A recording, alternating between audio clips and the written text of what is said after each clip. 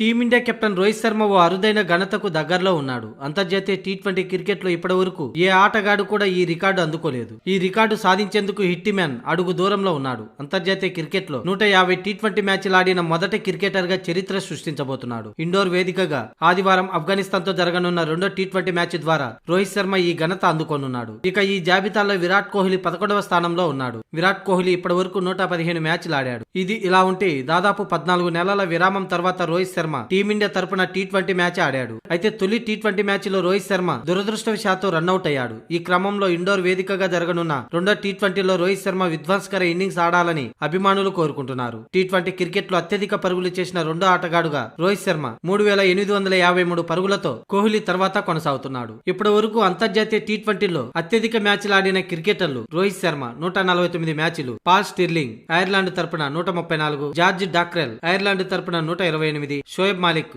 పాకిస్తాన్ తరపున 124, Martin Guptill New Zealand తరపున 122. ఇకపోతే రేపు ఆఫ్ఘనిస్తాన్ తో ఇండోర్ వేదికగా రెండో టీ20 మ్యాచ్ లో టీమిండియా తలపడబోతుంది. రాత్రి 7 గంటలకు ఈ మ్యాచ్ ప్రారంభం అవుతుంది.